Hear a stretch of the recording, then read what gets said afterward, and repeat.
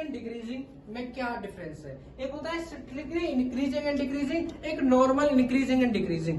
इसमें क्या चीज है? दूसरी बात जो हमने लास्ट वीडियो में डिस्कस किया था वो क्या था कि slope of tangent, slope of normal, slope और टेंजेंट की इक्वेशन, इक्वेशन ऑफ टेंजेंट और नॉर्मल की इक्वेशन, ये चीज सीखी थी। आज हमें सीखना है इंक्रीजिंग एंड डिक्रीजिंग। इसके बाद हमारा टॉपिक है स्ट्रिक्टली इंक्रीजिंग एंड डिक्रीजिंग। ठीक है, अब हम पहले देखो, ये दो तरीके के टाइप्स के क्वेश्चन होते हैं। पहला टाइप क्या होता है कि हमें इंटरवल दे दिया, इंटरवल पे चेक करना है। और दूसरे टाइप के, दो टाइप के क्वेश्चन है। दूसरा टाइप क्या है कि हमें इंटरवल चेक करना है, इंटरवल निकालना है पहले और ये बताना है किस इंटरवल पे वो इंक्रीज होगी और डिक्रीज होगी। उसके लिए क्या करते हैं, पहले हम ग्राफ बनाते हैं। पहले हमें पता होना चाहिए ग्राफ क्या है।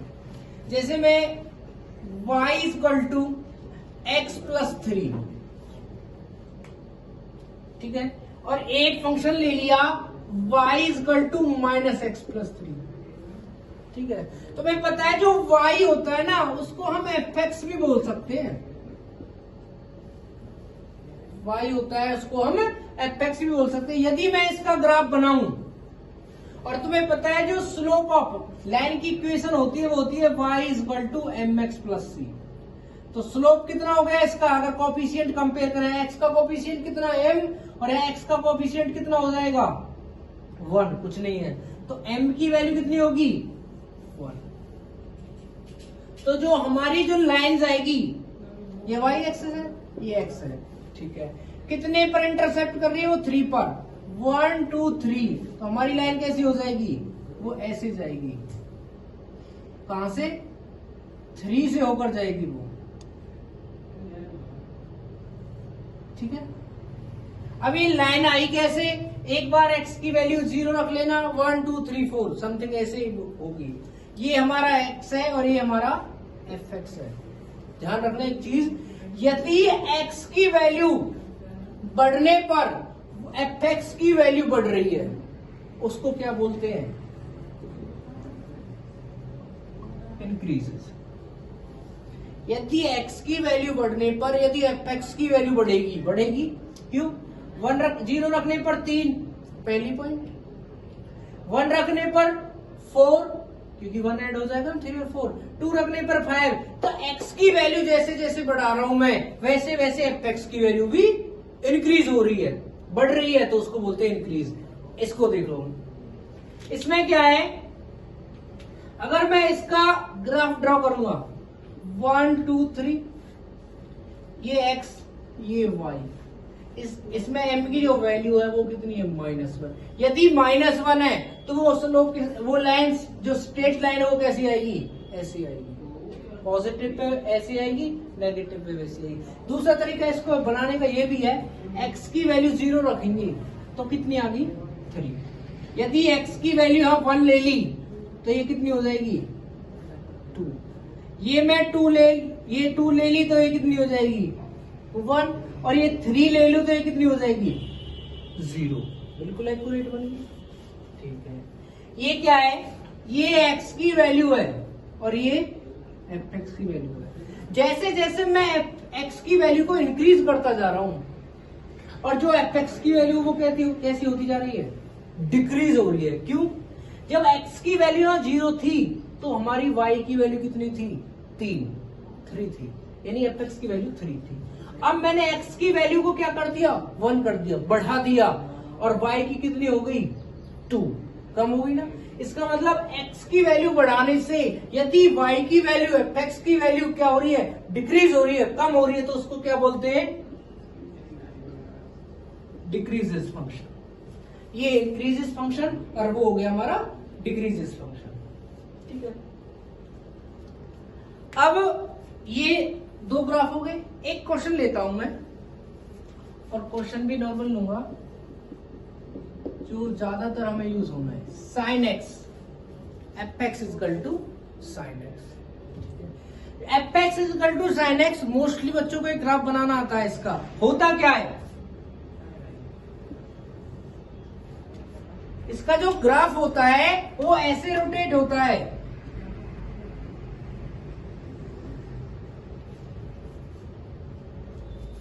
0 pi by 2, pi 3 pi by 2, 2 पाई, ऐसे रोटेट होता है। हाफ साइकिल बनता है, ठीक है ना, हाफ साइकिल बनता है और ये बनता है, ऐसे रोटेट होता जाता है।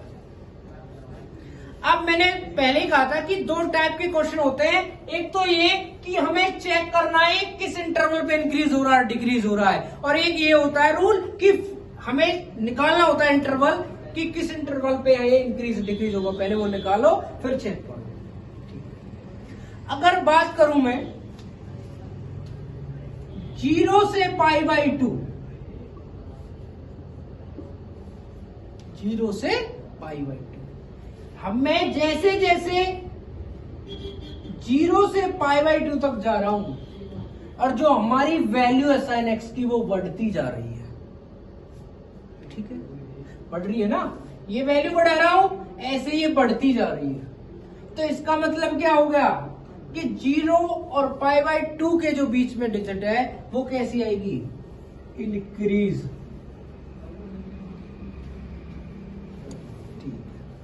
जैसे ही यदि मैं पाई बाई 2 से पाई तक की बात करूं, पहले तो मैं यदि मैं पाई बाई 2 से पाई तक की बात करूं, हालांकि 3 पाई बाई 2 तक डिक्रीज हो रहा वो, ठीक है ना, पाई तक की बात करूं तो क्योंकि हमारा जो मेन टारगेट है हमें बस इस पे चेक करना है, इसकी वो मैं बाद में बताऊंगा। तो 0 से पाई बाई 2 पे इंक्रीज और पाई बाई 2 से पाई, एंगल तो बढ़ रहा है, अब भी एंगल तो बढ़ रहा है, क्यों, 90 था, फिर 120 आएगा, 150 आएगा, 135 आएगा, एंगल बढ़ रहा है, लेकिन वैल्यू क्या हो रही है, डिक्रीज हो रही है। तो इसका मतलब क्या हो गया, पाई बाई 2 से पाई, तो कैसा हो गया, डिक्रीज, डिक्रीजेस। तो लिख देता हूं, ठीक है, 0 से पाई बाई 2 की बात करता है तो इंक्रीज हो गया, और पाई बाई 2 से पाई की बात करता है तो डिक्रीज हो गया, कोई दिक्कत नहीं। हालांकि 3 पाई बाई 2 तो क्या होगा, वो डिक्रीज होगा, और 3 पाई बाई 2 से ऊपर तक क्या होगा, इंक्रीज। क्यों, यहां से यहां तक जब वो जा रहा है वैल्यू बढ़ती जा रही है, इंक्रीज हो रहा है, ठीक है। अब एक पेपर में कई बार क्वेश्चन आ लिया, कई बार आया है, और एनसीईआरटी में भी, एलिमेंट में है कि ये क्वेश्चन है 0 से पाई, 0 से पाई पे चेक करना है, पहले इंक्रीज चेक करो, फिर डिक्रीज चेक करो, फिर neither increase not decrease check करो। उसका रूल क्या है, यदि इसकी बात करता तो हम कर देते उसको इंक्रीज, ठीक है, यदि हमें ये इंटरवल दिया होता तो हम उसको कर देते डिक्रीज, बट उसने ना ये इंटरवल दिया ना ये इंटरवल दिया, उसने ये दे दिया। यदि किसी ग्राफ में, क्योंकि हमें तो ग्राफ से पता चलता है कि इंक्रीज होगा डिक्रीज होगा, यदि किसी ग्राफ से हमें ये पता चला किसी इंटरवल पे वो इंक्रीज भी हो रहा है डिक्रीज भी हो रहा है, क्यों, बात करो 0 से पाई की, 0 से पाई के बीच में पाई बाई 2 तक तो वो इंक्रीज हुआ, फिर पाई बाई 2 से पाई तक वो डिक्रीज हुआ। किसी इंटरवल में यदि ग्राफ इंक्रीज भी हो रहा है और डिक्रीज भी हो रहा है तो उस फंक्शन पे वो ना इंक्रीज कहेंगे उसको ना डिक्रीज कहेंगे। लिखते कैसे हैं,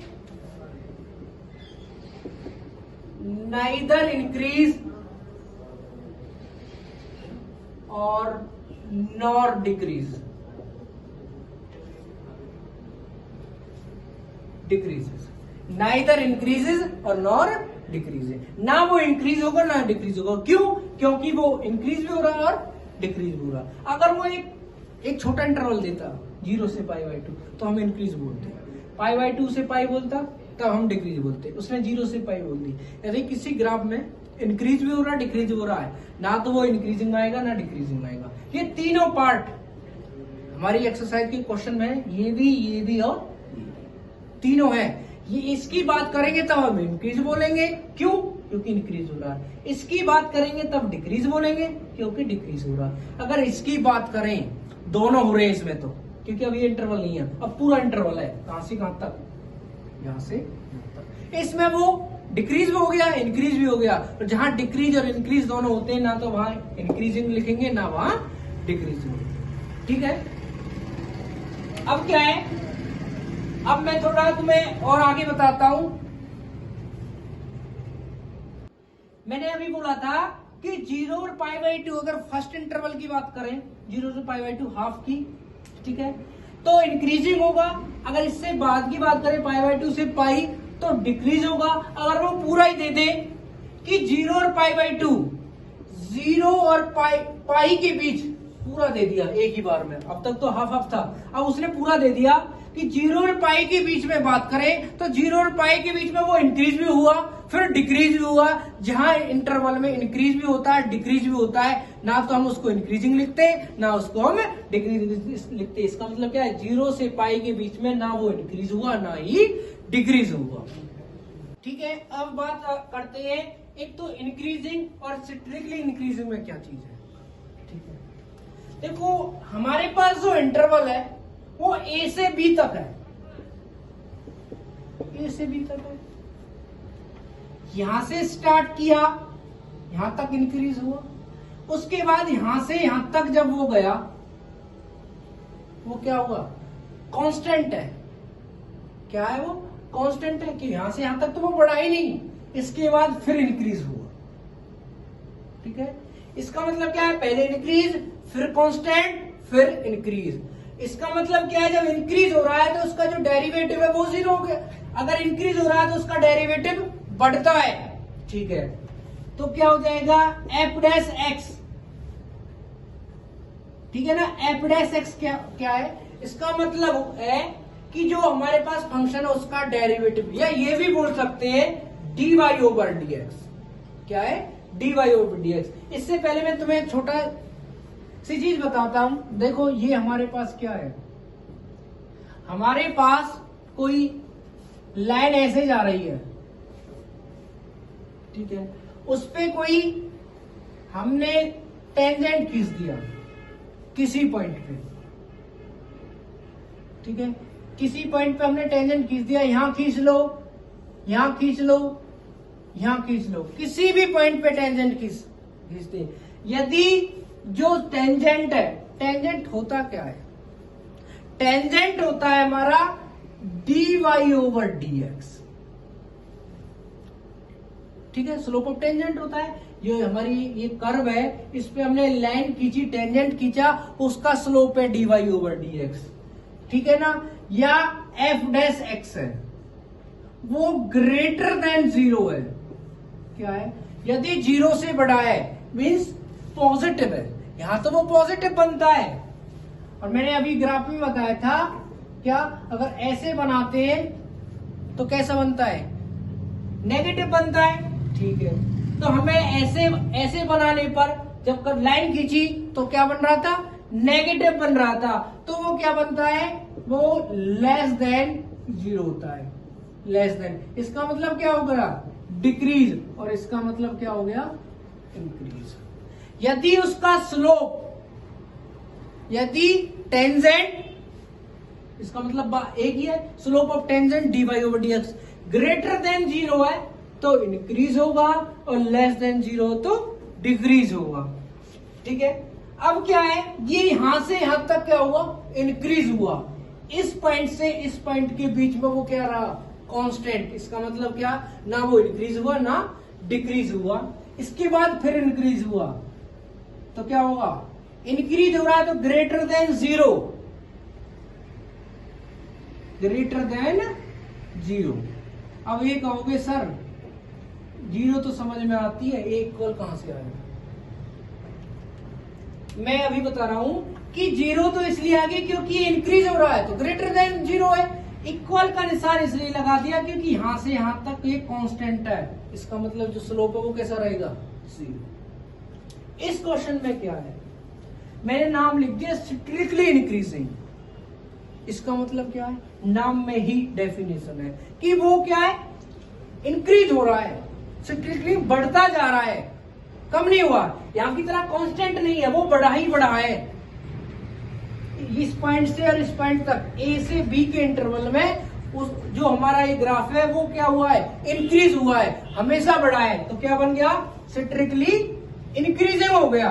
तो हम उसको कैसे लिखेंगे, F dash x is greater than 0। यहां से चेक कर लो, ये चीज और ये चीज, यहां कांस्टेंट था इसलिए कुछ इस टाइम के इंटरवल में, इस इंटरवल में जो हमारा जो टेंजेंट था उसका स्लोप कैसा हो गया 0, लेकिन यहां से यहां तक क्या है वो हमेशा इंक्रीज हुआ है। इसको बोलते हैं स्ट्रिक्टली इंक्रीजिंग और इसको बोलते हैं ओनली इंक्रीजिंग। ठीक है, सेम प्रोसेस क्या है, डिक्रीजिंग और स्ट्रिक्टली डिक्रीजिंग। क्या है, यहां से ये क्या हो रहा है, डिक्रीज हो रहा है। हमें पता है इस पॉइंट पे ज्यादा था, धीरे धीरे वो यहां तक आया, बहुत कम हुआ। यहां से यहां तक जब वो गया कांस्टेंट था, ना वो घटा ना वो बढ़ा। उसके कुछ टाइम इंटरवल, कुछ इंटरवल के बाद यहां से यहां तक तो उसको कुछ नहीं हुआ उसको, लेकिन यहां से यहां तक फिर क्या हुआ, फिर डिक्रीज हो गया। और डिक्रीज होता है वो क्या होता है, लेस देन 0। तो 0 से कैसा होता है, छोटा। तो F dash x is less than 0, लेकिन कांस्टेंट भी था इक्वल 0। ठीक है, स्ट्रिक्टली डिक्रीजिंग, ये ऊपर ए से और बी तक हमेशा ही डिक्रीज हुआ है, कांस्टेंट नहीं रहा। तो इसका मतलब क्या है, जो इसका स्लोप है वो कैसा था, डिक्रीज हुआ है, तो क्या हो जाएगा, लेस देन 0। ठीक है, अब मैंने बताया था कि दो टाइप के क्वेश्चन होते हैं, एक तो जिसमें इंटरवल दे दिया और एक जिसमें इंटरवल निकालना है। दोनों टाइप के क्वेश्चन देखते हैं। ठीक है, ठीक है, अब हमने एक क्वेश्चन है, ये चेक करना है कि इंक्रीजिंग होगा या नहीं होगा। दो तरीके से कराऊंगा इसी क्वेश्चन को। मैंने क्वेश्चन ले लिया, अगर हम एनसीईआरटी की बात करें तो 12 क्वेश्चन है का फर्स्ट पार्ट है। ठीक है, एलिमेंट में भी है हमारे पास एफ एक्स की वैल्यू कॉस एक्स है, जो इसका इंटरवल है 0 से π/2। देखो इसके दो तरीके, कई बार क्वेश्चन ऐसा आता है कि हम ग्राफ इजीली नहीं बना सकते, तब कैसे करेंगे। ठीक है, और एक अगर हम ग्राफ से कर सकते हैं तो बहुत अच्छी बात है। वो कैसे, तुमने कभी cos x का ग्राफ बनाया है, जैसे sin x का यहां से रोटेट होता है वो ऊपर से होता है, कैसे, तुम्हें पता है cos 0 की वैल्यू कितनी होती है, cos 0 की वैल्यू 1 होती है। तो क्या हो जाएगी, यहां 0 है क्योंकि यहां x की वैल्यू लिखनी है, यहां x की लिखनी है, ये मान के चलो 1 है, तो 0 की क्या होगी 1। इसके बाद π/3 की बात करें या π/6, अगला पॉइंट ले लिया मैंने π/4, उससे अगला ले लिया π/3 और उससे अगला ले लिया π/2। ये इंटरवल है। ठीक है, 0 पे 1, π/6 का मतलब होता है 30। ठीक है, 30 की वैल्यू कितनी होती है, √3/2। ठीक है, अब √3/2 और जिसकी वैल्यू 1.7 ले लेते हैं अपॉन 2, कितना हो गया 0.85। इसका मतलब क्या होगा, इसको इसका पॉइंट ये आ जाएगा। π/4 मीन्स 45 और इसकी वैल्यू कितनी होती है 1/√2।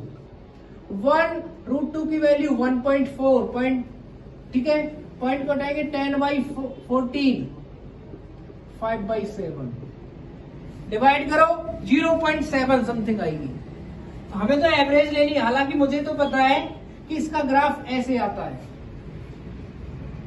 ठीक है ना, लेकिन तुम्हें भी तो समझना है। तो एवरेज पॉइंट यहां आ गई, π/3 उसकी वैल्यू होती है √3/2, इसकी 1.7 सॉरी इसकी वैल्यू होती है 1/2 होती है, इसका मतलब 0.5 0 और 1 के हाफ में होगा ये, और 90 की वैल्यू कितनी होती है 0। तो हमारे पास जो ग्राफ निकल के आया वो कितना आ गया, ये मैं बता रहा हूं। ठीक है, इसका मतलब क्या है, वो यहां था, जैसे जैसे मैंने x की वैल्यू को बढ़ा दिया वैसे वैसे f(x) की वैल्यू कैसी हो गई, डिक्रीज होती गई। इसका मतलब क्या है, जो हमारा जो ये फंक्शन है वो कैसा होगा, डिक्रीज। Question complete. लेकिन हमें ऐसा तो हम वैसे कर सकते हैं अगर हमारे पास ऑब्जेक्टिव टाइप क्वेश्चन हो। ठीक है, लेकिन हमें तो पेपर में करना है, तब कैसे करेंगे। मैंने एक चीज भी बताई थी साथ साथ, यदि उसका डेरिवेटिव ग्रेटर देन 0 हो तब भी क्या होता है, इंक्रीजिंग। यदि उसका डेरिवेटिव ग्रेटर देन 0 निकल हो, जब का मतलब क्या है, स्ट्रिक्टली इंक्रीजिंग। ठीक है, ये इंक्रीजिंग,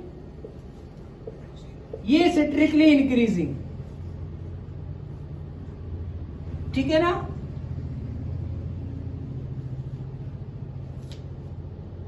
सॉरी, उल्टा कर दिया मैंने। इसका मतलब है स्ट्रिक्टली इंक्रीजिंग और इसका मतलब है ओनली इंक्रीजिंग। ऐसे ही सेम डिक्रीजिंग के लिए बनता है। जैसे स्ट्रिक्टली डिक्रीजिंग, मैंने अभी ग्राफ बनाया था कि इसमें स्ट्रिक्टली डिक्रीजिंग का मतलब वो डिक्रीज ही होता जा रहा है। जैसे ये फॉर एग्जांपल, ये इसको हम स्ट्रिक्टली डिक्रीजिंग बोलेंगे। क्यों? ये किसी भी कुछ इंटरवल पे कांस्टेंट नहीं था, वो हमेशा क्या हुआ, नीचे आया है, गिरता ही आया है, डिक्रीज हुआ है, तो स्ट्रिक्टली डिक्रीजिंग बोलेंगे इसको। इसका मतलब क्या है, जो एफ डैश एक्स की वैल्यू 0 से छोटी होगी उसको बोलते हैं स्ट्रिक्टली डिक्रीजिंग। यदि कुछ इंटरवल के लिए वो कांस्टेंट चली जाए, कैसे, इसका मतलब वो कांस्टेंट चली गई, उसको क्या बोलते हैं, ओनली डिक्रीजिंग। ये अंतर होता है। अब इसी की बात कर लो। ये हमें तो ग्राफ से तो पता चल गया कि ये क्या डिक्रीज हुआ है और डिक्रीज ही होता गया है, इसका मतलब इसको बोलेंगे स्ट्रिक्टली डिक्रीजिंग। ठीक है, मीन्स। लेकिन अब क्वेश्चन को कैसे करेंगे, ये f x equal to cos x है, इसका सबसे पहले डेरिवेटिव करेंगे। कॉस एक्स का क्या होता है, साइन एक्स, लेकिन कैसा, नेगेटिव साइन एक्स। ठीक है, उसके बाद क्या करते हैं, उसके डेरिवेटिव को 0 की इक्वेट करते हैं।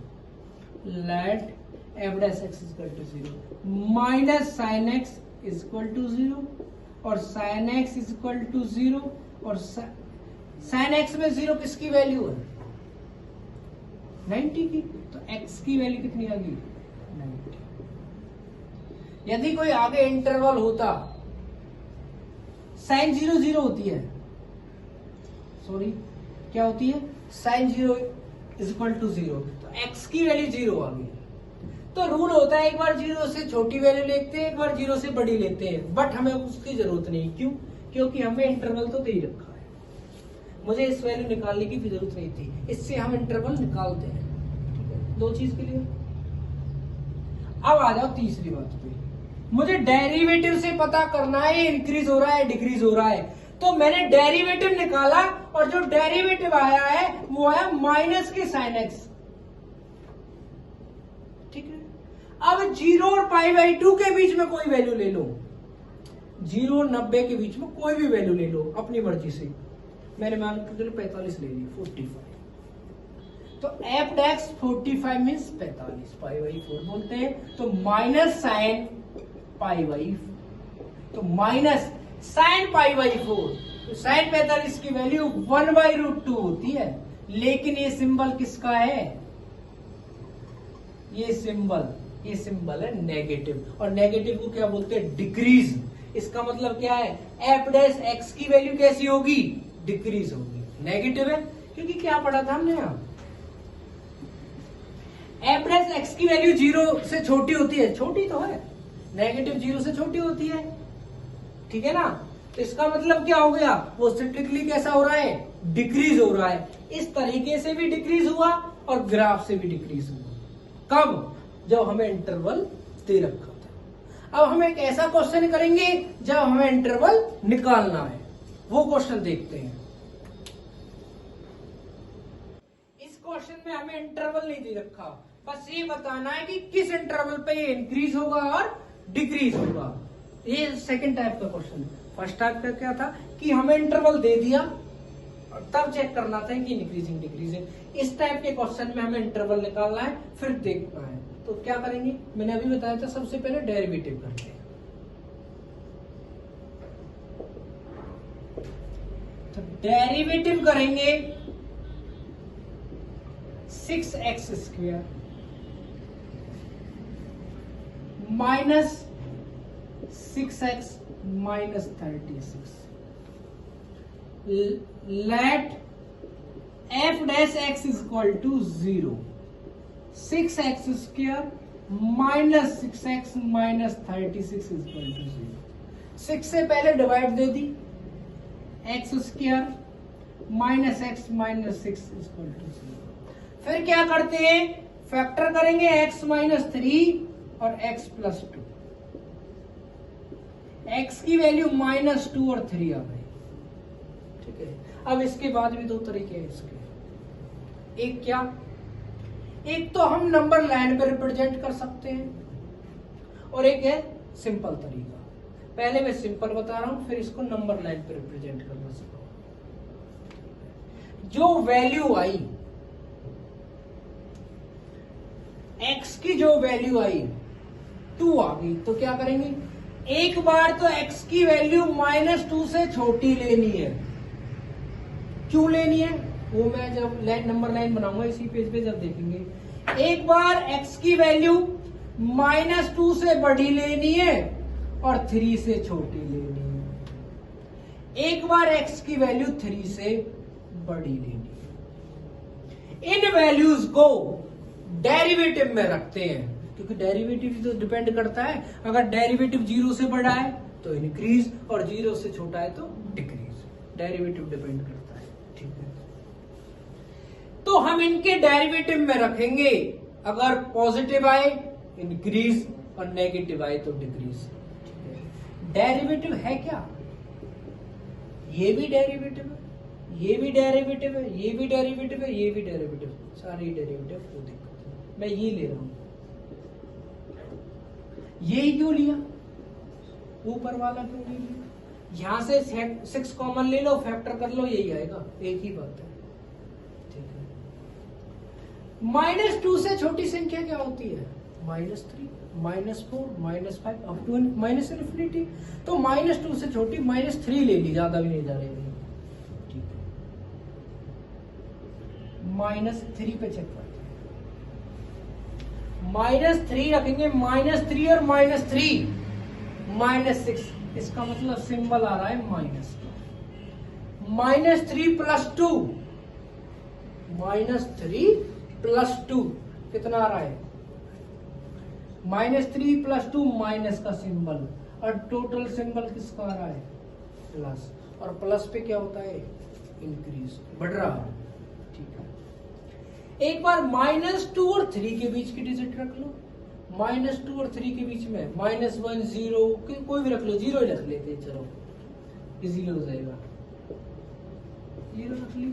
0 -3 माइनस का निशान, 0 प्लस 2 प्लस का निशान, टोटल निशान किसका आया, नेगेटिव। इसका मतलब क्या हो गया, इस पे इंक्रीज और इस पे डिक्रीज। 3 से बड़ी कोई भी संख्या ले लो, 4 ले लो, 4 में से 3 गए तो 1, वो भी कैसा होता है, पॉजिटिव। 4 में से 3 गए तो 1 मीन्स पॉजिटिव साइन। 4 और 2 6, ये कैसा साइन है, पॉजिटिव। टोटल साइन कैसा आया, पॉजिटिव मीन्स इंक्रीज। इसको लिखते कैसे हैं, लिखने का तरीका देखो। -2 से हर वैल्यू पर, -2 से छोटी जितनी भी वैल्यू है सब पे इंक्रीज हो रहा है। इसका मतलब क्या है कि -इन्फिनिटी से -2 के बीच की जितनी भी संख्या है उन पे इंक्रीज हो रहा है, क्लियर। साथ साथ 3 से बड़ी जितनी भी संख्या है उन पे भी इंक्रीज हो रहा है। 3 से बड़ी जितनी संख्या है 4 5 6 7 8 9 टू इंफिनिटी पे भी क्या हो रहा है, इंक्रीज। कैसा इंक्रीज, स्ट्रिक्टली इंक्रीज, क्योंकि बढ़ेगा ही बढ़ेगा, ओनली इंक्रीज बोलेंगे, ठीक है। लेकिन अब क्या है, -2 और 3 के बीच का जो इंटरवल है उसमें क्या चला गया, ये डिक्रीज, यानी -2 और 3 के बीच में क्या हो गया, ये फंक्शन डिक्रीज हो गया। इस पे इंक्रीज हुआ है और इस पे डिक्रीज हुआ है, ये तरीका हो गया। अब बात आती है नंबर लाइन की, आप ऐसे भी कर सकते हो या नंबर लाइन से भी कर सकते हैं। ठीक है, -2 और 3 दो ही वैल्यू तो आई, अगर एक आती तो एक लेते। ये कोई लाइन है, ठीक है, ये कोई लाइन है, ये नेगेटिव इन्फिनिटी पॉजिटिव इन्फिनिटी, यही तो होती है हमारी लाइन्स। ठीक है, इनमें कोई दो वैल्यू निकल के आ गई जो इससे आई, एक आती तो एक ले लेते, दो आती दो, तीन आती तीन। वो कौन कौन सी आई है? -2 और 3।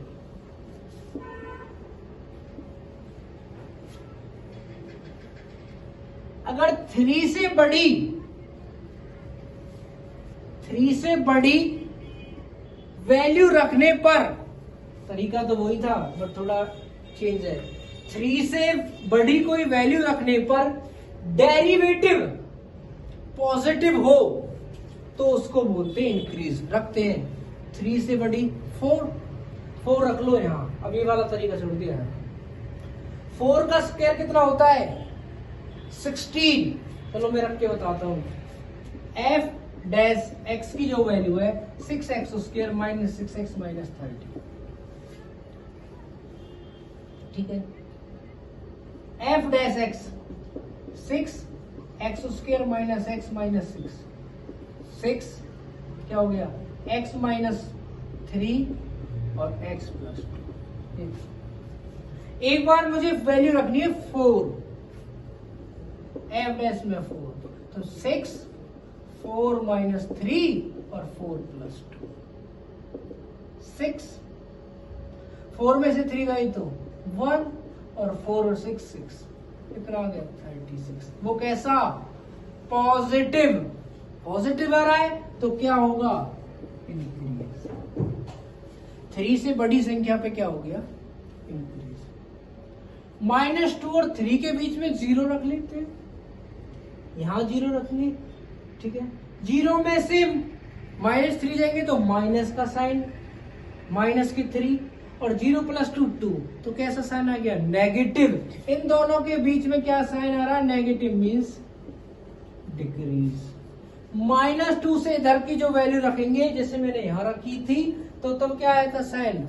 Positive means increase. ये हो गया नंबर लाइन पे रिप्रेजेंट। ऐसे भी कर सकते हो, ऐसे भी कर सकते हो। ये हमारा दूसरा टाइप का क्वेश्चन है जिसमें हमें इंटरवल निकालना है। वो कैसे निकलेगा? जो हमारा फंक्शन है उसको डेरिवेटिव करना है सबसे पहली बात, उसको 0 के इक्वेट करना है। करने के बाद क्या करेंगे? x की वैल्यू निकालेंगे। अगर 1 निकलती है तो कोई दिक्कत नहीं है, एक बार उससे छोटी एक बार उससे बड़ी। जैसे यहाँ, जैसे ये ले ली, मैं तुम्हें एग्जांपल दूं, x की बस एक ही वैल्यू आती 2, ये नेगेटिव इन्फिनिटी, ये पॉजिटिव इन्फिनिटी। एक बार ये वैल्यू रख के देखते, एक बार इधर वाली वैल्यू रख के देखते। अगर मान चलो इस बार, अब की बार इस पे पॉजिटिव आ रहा है और इस पे नेगेटिव, इसका मतलब क्या हो जाएगा? 2 से छोटी पे तो इंक्रीज और 2 से बड़ी पे डिक्रीज। ऐसे कर लेते, 2 वैल्यू तो ऐसे कर लेते, 3 होती तो 3 लिख देते। ठीक है, या ऐसे भी कर सकते हैं। ये आपका जो स्ट्रिक्टली इंक्रीजिंग डिक्रीजिंग जो टॉपिक है, इंक्रीजिंग और डिक्रीजिंग कंप्लीट होता है। किसी भी क्वेश्चन में कोई प्रॉब्लम हो तो वो कमेंट कर सकता है। यदि आपको हमारी वीडियो अच्छी लगी तो हमारी वीडियो को ज्यादा से ज्यादा लाइक करें, शेयर करें, और कोई प्रॉब्लम हो तो कमेंट करें और हमारे चैनल को सब्सक्राइब करें। Thank you.